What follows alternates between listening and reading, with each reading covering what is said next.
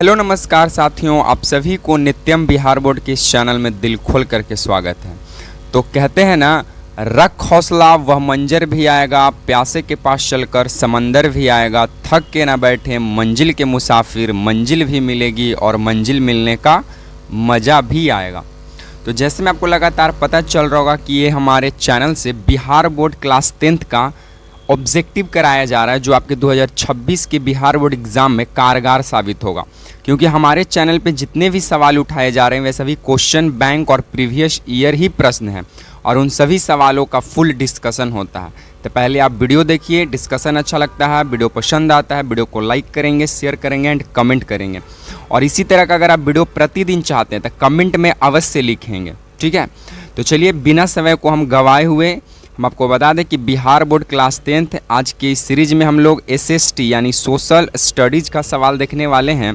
और आपको बता दें कि मैं आपके लिए बिहार बोर्ड कक्षा 2026 परीक्षा सामाजिक विज्ञान के 15 महत्वपूर्ण ऑब्जेक्टिव प्रश्न MCQ फॉर्मेट में लाया हूं, जिसमें इतिहास है, भूगोल है, राजनीति है और अर्थशास्त्र है। चारों भागों से संतुलित प्रश्न को उठाया गया है, ठीक है। तो चलिए बिना समय को हम गवाए हुए सवालों से हम शुरुआत करते हैं। सबसे पहला नंबर हमारा सवाल इतिहास से उठाया गया है और सबसे पहला सवाल कहता है कि भारत छोड़ो आंदोलन कब शुरू हुआ था? 1935 में, 1940 में, 1942 में, 1945 में। तो आपको बता दें कि जो भारत छोड़ो आंदोलन की शुरुआत होती है वो शुरुआत होती है 1942 में और भारत छोड़ो आंदोलन की शुरुआत 8 अगस्त से होता है। कब होता है? 8 अगस्त से। और कहाँ से होता है? मुंबई से होता है। कहाँ से होता है? मुंबई से होता है। और मुंबई से भारत छोड़ो आंदोलन की शुरुआत 8 अगस्त 1942 को होता है, जिसके शुरुआत करते हैं माननीय प्रणेता महात्मा गांधी जी। महात्मा गांधी जी के द्वारा भारत छोड़ो आंदोलन की शुरुआत की जाती है। और इसी भारत छोड़ो आंदोलन में गांधी जी करो या मरो, करो या मरो का क्या देते हैं? नारा देते हैं। और ये भी सवाल बिहार बोर्ड में पूछा गया है कि करो या मरो का नारा भारत के किस आंदोलन के दौरान दिया गया? तो भारत छोड़ो आंदोलन 1942 के तहत। बाकी 1935 की बात करें तो 1935 में भारत सरकार अधिनियम पारित किया जाता है। भारत सरकार अधिनियम पारित किया जाता है। बाकी अगर हम लोग 1945 की बात करें तो इसमें सेकेंड वर्ल्ड वार का अंत होता है। सेकेंड वर्ल्ड वार का क्या होता है? अंत होता है, ठीक है। लेकिन हमारा सवाल क्या था कि भारत छोड़ो आंदोलन कब शुरू हुआ? तो इस प्रश्न का right answer option number C होगा। चलिए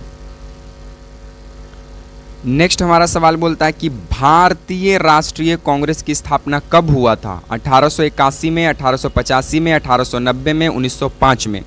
तो देखिए भारतीय राष्ट्रीय कांग्रेस की स्थापना जो है A.O. ह्यूम के द्वारा किया जाता है। A.O. ह्यूम के द्वारा किया जाता है। कहाँ किया जाता है? तो मुंबई में किया जाता है। और मुंबई में भी कहाँ किया जाता है? तो मुंबई में किया जाता है गोकुल दास, यहाँ पे हम लिख देते हैं गोकुल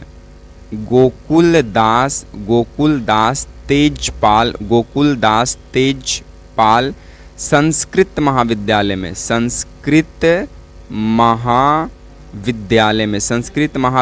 में इसकी स्थापना की जाती है कांग्रेस का। और वो भी कब?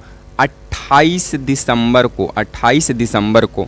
तब भारतीय राष्ट्रीय कांग्रेस की स्थापना 28 दिसंबर 1885 को A.O. ह्यूम के द्वारा मुंबई में किया जाता है। और मुंबई में भी कहाँ?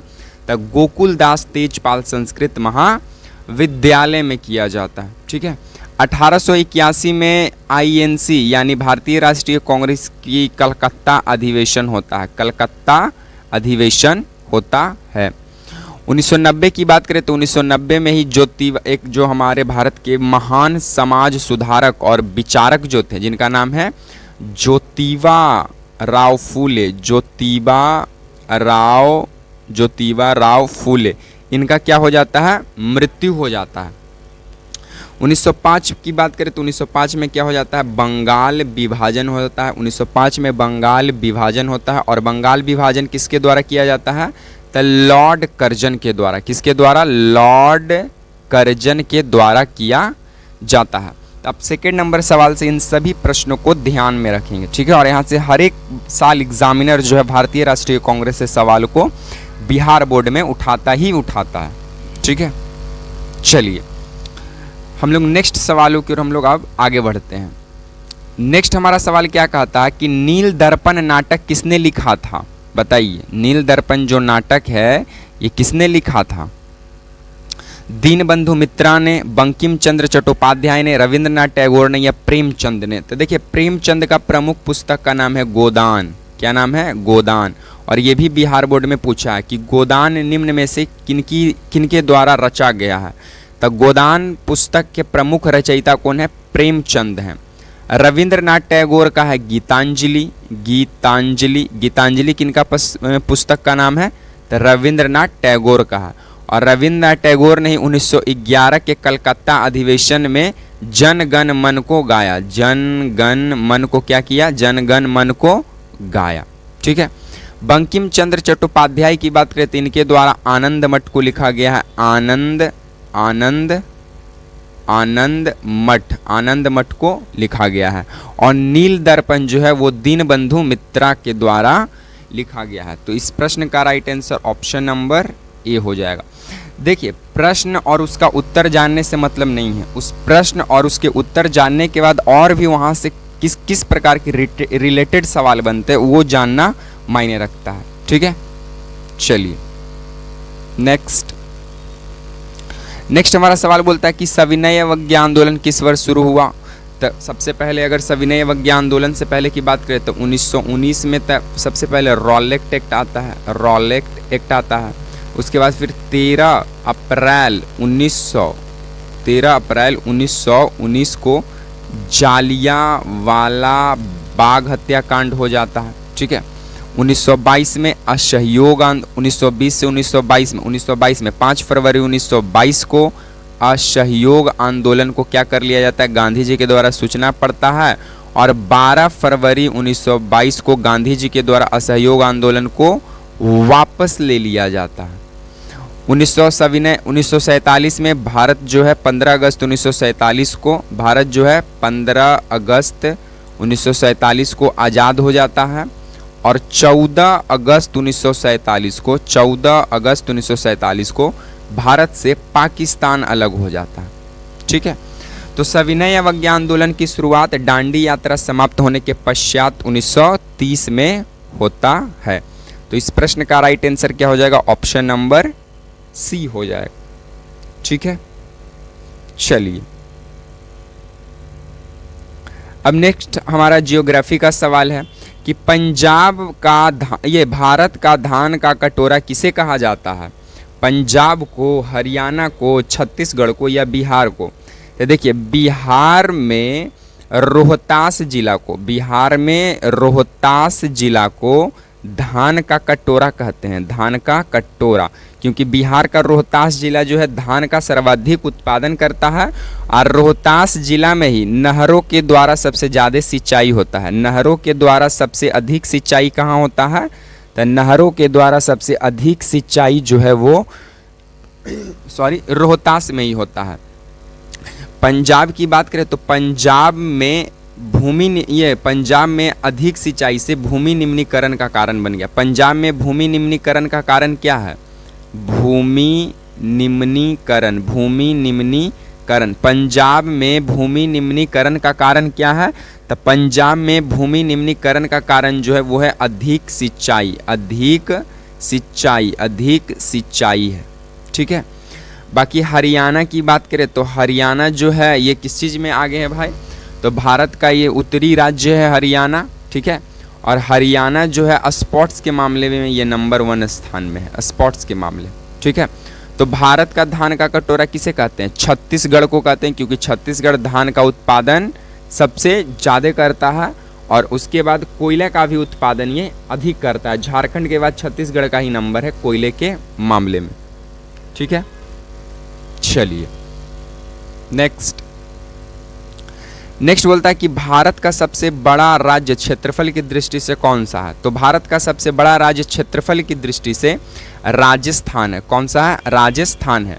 लेकिन उत्तर प्रदेश की बात करें तो ये जनसंख्या के दृष्टिकोण से क्या है? सबसे बड़ा राज्य है। सबसे बड़ा राज्य है जनसंख्या के दृष्टिकोण से। मध्य प्रदेश को टाइगर स्टेट कहते हैं। मध्य प्रदेश को क्या कहते हैं? टाइगर स्टेट कहते हैं। क्यों कहते हैं भाई? क्योंकि यहाँ पे सबसे ज़्यादा टाइगर रिजर्व है, टाइगर रिजर्व है।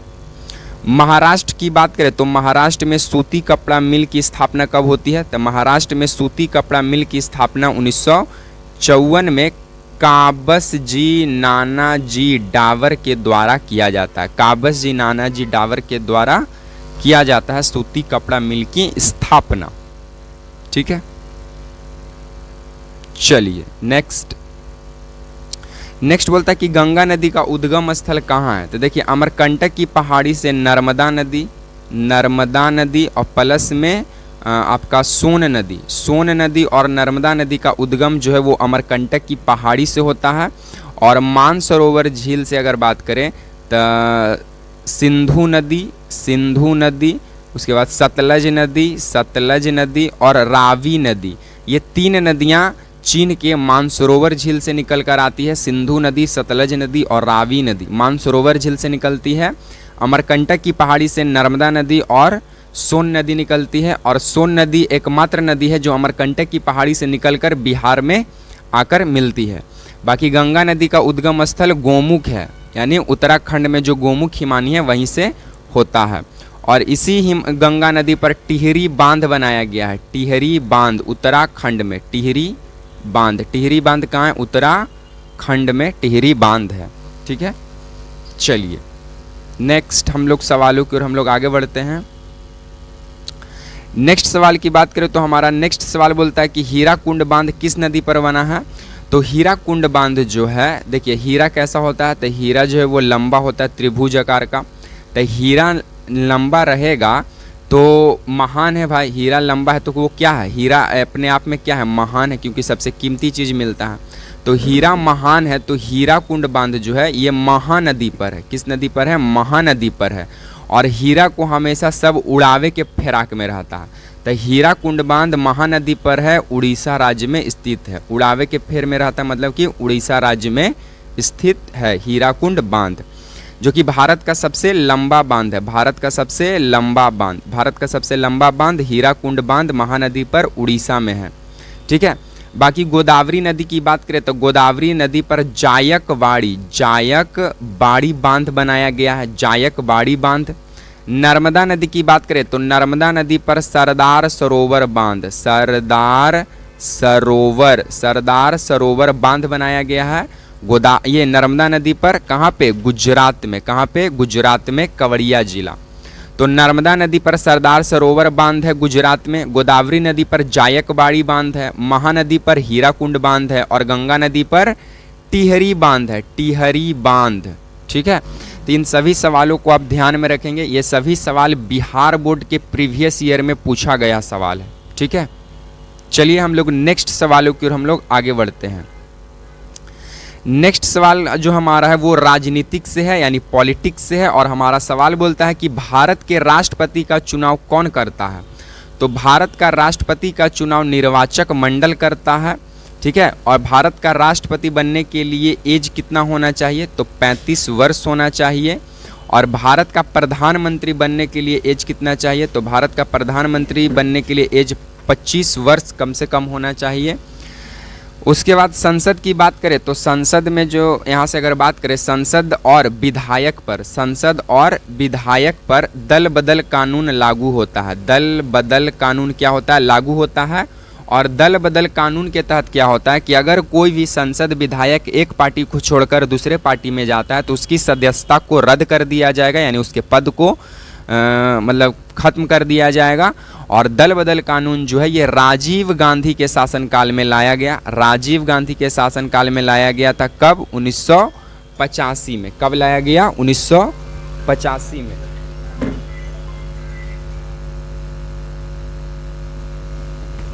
1985 में लाया गया था। चलिए हम लोग नेक्स्ट सवालों की ओर हम लोग अब आगे बढ़ते हैं। नेक्स्ट हमारा सवाल बोलता है कि भारत का सर्वोच्च न्यायालय कहाँ स्थित है? तो भारत का सर्वोच्च न्यायालय दिल्ली में स्थित है और इसकी स्थापना 1950 में होती है। भारत का सबसे पुराना हाई कोर्ट, पुराना HC यानी पुराना हाई कोर्ट जो है 1862 में बना। और भारत का सबसे पुराना हाई कोर्ट जो है कोलकाता हाई कोर्ट है। मुंबई को भारत का जो है वित्तीय राजधानी कहा जाता है। भारत का वित्तीय राजधानी, भारत का वित्तीय राजधानी, तो भारत का वित्तीय राजधानी मुंबई है। भारत का वित्तीय राजधानी मुंबई है। दिल्ली में सर्वोच्च न्यायालय की स्थापना 1950 में होता है। कोलकाता में हाईकोर्ट की स्थापना 1862 में है और कोलकाता में सबसे पुराना हाईकोर्ट स्थित है। ठीक है, चलिए हम लोग नेक्स्ट सवालों की ओर हम लोग आगे बढ़ते हैं। नेक्स्ट सवालों की बात करें तो हमारा नेक्स्ट सवाल बोलता है कि पंचायती राज व्यवस्था संविधान के किस अनुच्छेद से संबंधित है। तो सबसे पहले आपको बता दें कि पंचायती राज व्यवस्था का शुरुआत 2 अक्टूबर 1959 को किया जाता है और यह सबसे पहले राजस्थान के नागौर जिला में शुरू होता है। नागौर जिला में शुरू होता है और इसके बाद फिर आंध्र प्रदेश में शुरू किया जाता है। और पंचायती राज व्यवस्था जो है ये बलवंत राय मेहता समिति के सिफारिश पर बनाया गया है।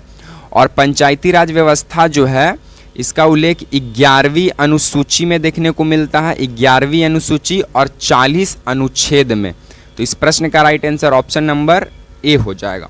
ठीक है, चलिए नेक्स्ट हमारा सवाल क्या बोलता है। नेक्स्ट हमारा इकोनॉमिक्स से सवाल है और बोलता है कि हरित क्रांति किससे संबंधित है। तो हरित क्रांति भारत में 1900 हरित क्रांति की बात करें तो भारत में 1967 से 68 के बीच में आया है भारत में हरित क्रांति।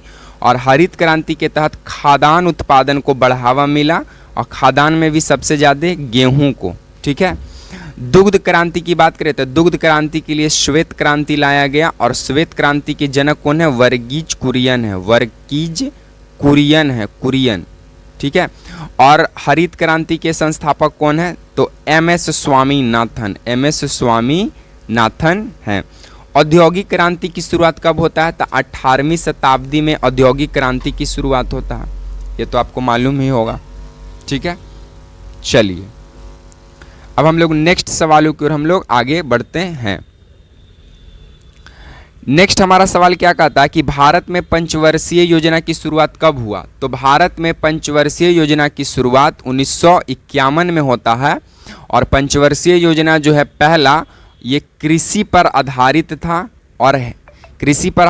और पीसी महालनोबिस मॉडल पर भी आधारित था। प्रथम पंचवर्षीय योजना जो है 1951 से 1956 तक चलता है और इसके अध्यक्ष होते हैं कौन? भारत के प्रधानमंत्री। तो प्रथम पंचवर्षीय योजना जो है वो पंडित जवाहरलाल नेहरू की ही अध्यक्षता में क्या किया गया? शुरू किया गया था। ठीक है, चलिए नेक्स्ट सवाल हमारा फिर क्या बोलता है? नरेगा योजना किस वर्ष शुरू किया गया। तो देखिए नरेगा का पहले नाम था मनरेगा। क्या नाम? मनरेगा का पहले नाम क्या था? नरेगा था और नरेगा के बाद इसे फिर मनरेगा कर दिया गया। मनरेगा मतलब होता है Mahatma Gandhi national rural employment guarantee act. क्या होता है? Mahatma Gandhi national rural employment guarantee act होता है और इस तहत ये भारत सरकार का योजना है और इस योजना के तहत ग्रामीण लोगों को कम से कम साल में 100 दिनों के लिए रोजगार देने की गारंटी की बात की जाती है। और ये कब शुरू होता है? ये शुरू होता है 2005 में। ठीक है, चलिए इस सीरीज का हमारा लास्ट प्रश्न 15वां नंबर सवाल हमारा क्या कहता है कि भारत का केंद्रीय बैंक कौन सा है। तो देखिए भारत का केंद्रीय बैंक है आरबीआई। आरबीआई की स्थापना 1 अप्रैल 1935 को होता है। आरबीआई का राष्ट्रीयकरण 1949 में किया जाता है। आरबीआई के पहले अध्यक्ष सीडी देशमुख रहते हैं। आरबीआई के पहले अंग्रेज अधिकारी मतलब पहले अध्यक्ष गवर्नर ओसबॉर्न स्मिथ रहते हैं। आरबीआई का मुख्यालय कहाँ है? तो मुंबई में है। आरबीआई के वर्तमान गवर्नर कौन है? तो संजय मल्होत्रा हैं। आरबीआई को क्या कहा जाता है? तो आरबीआई को बैंकों का बैंक कहा जाता है। आरबीआई का क्या काम है? तो आरबीआई का काम है करेंसी को जारी करना। आरबीआई का काम है सिर्फ नोट जारी करना, पैसा सिक्का को जारी नहीं करता है, सिर्फ 1 रुपया को छोड़कर। ठीक है, तो ये सारे आरबीआई के फंक्शन हैं। ठीक है। तो इन सभी सवालों को आप याद करेंगे क्योंकि ये सभी सवाल बिहार बोर्ड में पूछा गया है कि आरबीआई की स्थापना कब हुआ और बैंकों का बैंक किसे कहा जाता है और आरबीआई का राष्ट्रीयकरण कब किया गया। बस यही सवाल पूछा गया, लेकिन 2-3 इंपॉर्टेंट फैक्ट्स अलग से हम दे दिए हैं। तो आज को हम सीरीज को साथियों यहीं पे विराम देंगे। बाकी आप लोग को ये वीडियो कैसा लग रहा है कमेंट में अपनी राय जरूर देंगे, क्योंकि ये नया चैनल है। जब तक राय नहीं मिलेगा, फीडबैक नहीं मिलेगा, तब तक हम इस पर कुछ भी किसी प्रकार का काम नहीं कर सकते हैं। तो अपनी राय यानी आपका फीडबैक हमारे लिए बहुत ज़्यादा मायने रखता है। तो अपनी फीडबैक कमेंट बॉक्स में ज़रूर दें। वीडियो पसंद आ रहा है तो वीडियो को लाइक करना अवश्य समझेंगे, वीडियो को शेयर करेंगे एंड लास्ट में चैनल को सब्सक्राइब करेंगे, क्योंकि आपको यहाँ पे इम्पॉर्टेंट सवालों के साथ फुल डिस्कशन कराया जाता है बाकी चैनलों की द्वारा नहीं। ठीक है, तो चलिए मिलेंगे नेक्स्ट वीडियो में। तब तक के लिए आप तमाम साथियों को जय हिंद, वंदे मातरम।